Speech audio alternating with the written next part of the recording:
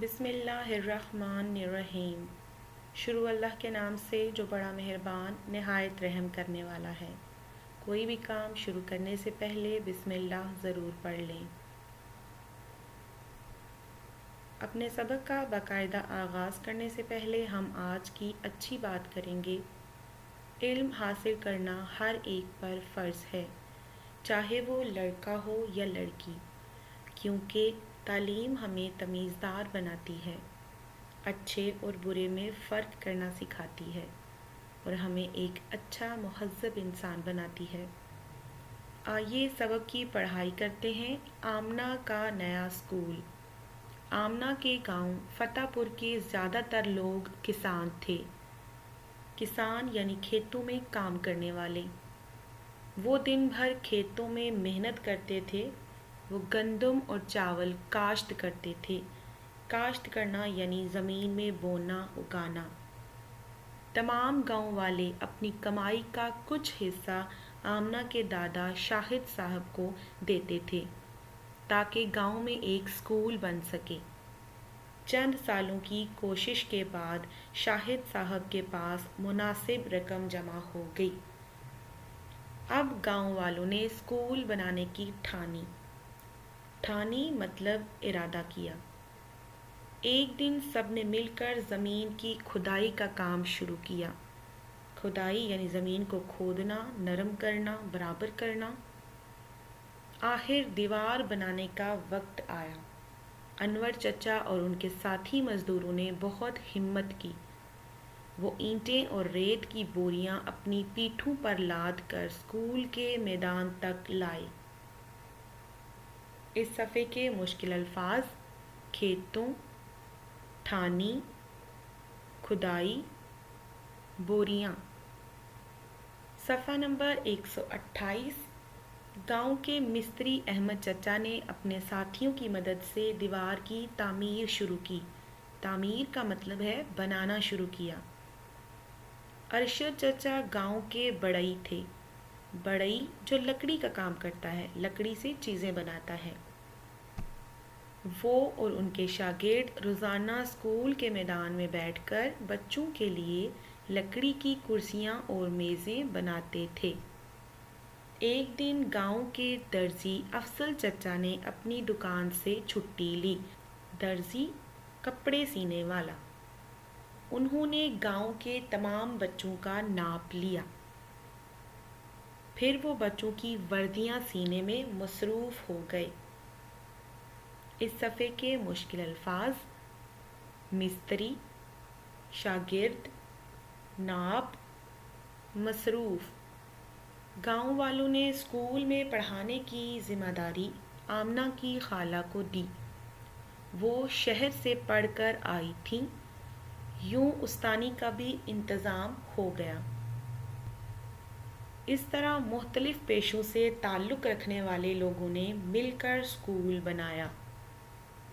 آخر وہ دن بھی آ گیا جب فتح پور میں اسکول کا افتتاح تھا۔ افتتاح یعنی کھولنے کا دن تھا۔ سب بچے اور گاؤں والے بہت خوش تھے۔ آمنہ اپنی نئی کتابیں لیے اسکول کے باہر کھڑی تھی۔ شاہد صاحب نے اس سے پوچھا کہ وہ تعلیم حاصل کر کے کیا بنے گی؟ آمنہ خوشی سے بولی، دادا جان، میں پڑھ لکھ کر ڈاکٹر بنوں گی تاکہ بیمار لوگوں کا علاج کر سکوں۔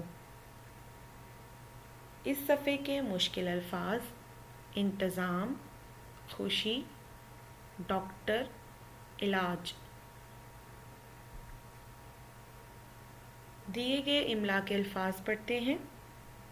زیادہ تر، کاشت، مناسب، ہمت، تعمیر، ذمہ داری، تعلق، افتتاح، علاج، گندم، چاول،